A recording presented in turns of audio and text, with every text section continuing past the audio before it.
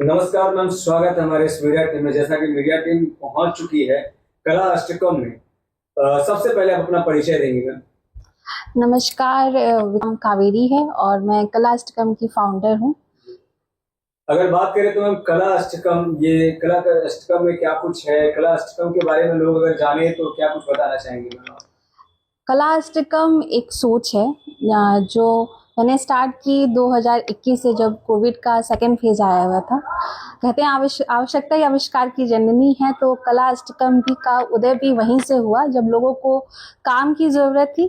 तो हम निकल पड़े और उन्हें बाकायदा बिहार के जो टिपिकली जो आर्ट एंड फॉर्म होते हैं, मधुबनी हुआ, चाहे टिकली हुआ, चाहे मंजूषा हुआ, उन्हें वहाँ पे जाके हम खुद जाके गए हुए हैं और बच्चों और लेडीज़ को जाके हम उन्हें ट्रेन किया हुआ है और उन्हें एक स्वरोजगार का अवसर भी प्रदान किया हुआ है।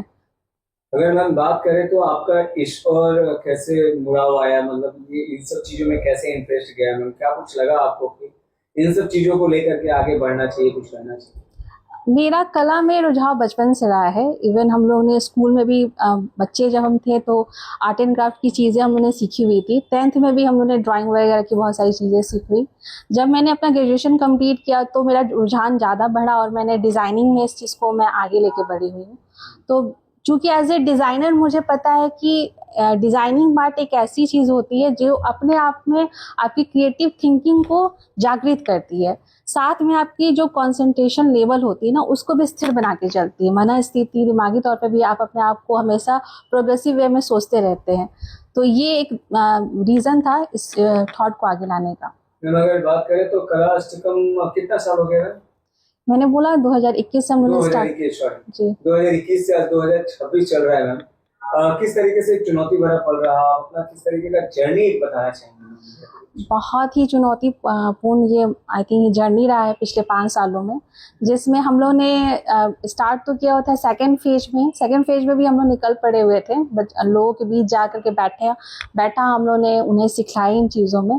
हमारा ध्येय था कि बच्चे, लड़कियां और जो युवा हैं वो चीज़ों को सीखें, क्रिएटिव थिंकिंग को अपने नर्चरिंग करें। तो हमारा एक शेड्यूल ही बना हुआ है कि हम लोग ये 5 साल से मेरा एक शेड्यूल बना हुआ है कि हम जो सेकेंड आवर होता है, आई थिंक आफ्टर लंच के बाद से हम लोग जाते हैं स्लम्स एरिया में या फिर एनजीओज के साथ, जहाँ पे जिन्हें जो ज़रूरत होती है आर्ट एंड क्राफ्ट से रिलेटेड, हम वहाँ बैठते हैं और बाकायदा उन चीज़ों को प्रॉपर तरीके से सिखाते हैं। प्रॉपर तरीके से आप सिखाती हैं। क्या कुछ बताना चाहेंगे मैम कि इतने सालों से जो भी करा रही है, मतलब कितने ब्रांच में आप चला रही है मैम, इस्लाम एरियाज के बीच में जो टाइम दे रही है? बाकायदा अभी हमारा 4 ब्रांच है। आई थिंक आप इनकम टैक्स से लेकर के आर ब्लॉक तक एरिया को हम लोगों ने कवर करके रखा हुआ है। साथ में हम लोगों ने एनजीओज के साथ में पटना के बहुत सारे रीजन्स में काम किया, चाहे वो गांधी मैदान हो, चाहे वो सगुना हो, चाहे वो बेली रोड का एरिया हो, या फिर आप दीघा चले जाएँ, वहाँ पर भी हम लोगों ने काम किया हुआ है। तो लगभग जो इतने सारे एरियाज हम लोगों ने कवर करके रखे हुए हैं। मैम कैसे बताना चाहेंगे, जो आप कला के प्रति इतना इंटरेस्ट रखती हैं और बच्चों को इतना आगे ले जाने के प्रयास कर रही हैं, उभरता बिहार को दिखाना चाहती हैं, लेकिन एक और अगर देखा जाए तो कहते हैं कि अगर पढ़ लिख लोगे तो कुछ बड़ा बन जाओगे, और कला के प्रति इंटरेस्ट रखना क्या ही है मतलब? तो उस चीज को कैसे डिफाइन किया जाए कि कला भी एक अपने जगह पे कितना अहम रोल रखता है, तो कैसे लोगों के बीच में आप इस चीज को प्रेजेंट करना चाहेंगे? देखिए, शैक्षिक जो एजुकेशन होता है वो हमें ज़रूर लेना चाहिए। आई थिंक हमें 10th तक 12th तक जो हमारा प्रॉपर जो एजुकेशन है वो चीज़ चलते रहना चाहिए। चूँकि अभी जो दौर है पढ़ाई का ना, वो बहुत ही तनावपूर्ण दौर रहता है। बच्चे आई थिंक बहुत ही फ्रस्ट्रेटेड हो जाते हैं, उन्हें लोड बहुत रहता है पढ़ाई का। जो हमारे टाइम में इतना पढ़ाई का लोड शायद नहीं था, उन्हें बहुत सारे सब्जेक्ट आई थिंक कवर भी करने पड़ते हैं। तो अगर इसमें साथ साथ अगर जो आर्ट एंड क्राफ्ट की कुछ एक्टिविटीज़ होते हैं या वर्कशॉप होते हैं, अगर वो टाइम टू टाइम अगर ज्वाइन करते हैं ना, तो उनमें एक माइंड का रिफ्रेशमेंट भी आता है और जो बाकायदा है वो आगे जो उनकी जर्नी रहती है, जो गोल रहता है एजुकेशन को लेकर के, वो उन्हें अचीव भी करते हैं। रहा सवाल टिपिकली आर्ट एंड क्राफ्ट के ही रूप में इसे मतलब एजुकेशन के तौर पे अपनाना एज ए प्रोफेशनल, तो ये उन बच्चों के लिए भी कारगर रहता है। अगर वो बच्चे अगर चाहें आर्ट एंड क्राफ्ट में रुचि जगा करके प्रिंट मीडिया या सोशल मीडिया के थ्रू भी चाहें तो अपना प्रमोशन कर सकते हैं। वहाँ पर बैठ करके, आजकल तो सोशल मीडिया हर जगह है, तो ये बहुत ही इजी माध्यम हो गया है कि वो अपना अकाउंट्स बनाए या ब्लॉगिंग करे और इस चीज़ को आगे अपने प्रोफेशन के तौर पे भी ले जा सकते हैं। सोशल मीडिया के माध्यम से बच्चे आगे बढ़ सकते हैं, किसी तरह का रील्स और टीचर बन करके वो अपने आप को आगे लेकर के जा सकते हैं। मैम अगर करियर की बात करें तो एक करियर भी होता है, टीचर के अलावा भी किस तरीके से एक सरकार इस चीज को कैसे ध्यान दे रही है, किस तरीके का सरकार भी एक मुहिम चला रही है बच्चे को आगे बढ़ने के लिए, पेंटिंग के क्षेत्र में, आर्ट के क्षेत्र में क्या कुछ रिप्रेजेंट करना है? पेंटिंग के क्षेत्र में और आर्ट एंड क्राफ्ट के क्षेत्र में जहाँ तक मेरी नॉलेज है कि अभी सारे स्कूल में भी एक आर्ट एंड क्राफ्ट के टीचर का होना आई थिंक कंपलसरी हो गया है, चाहे वो सरकारी स्कूल हो या प्राइवेट स्कूल हो।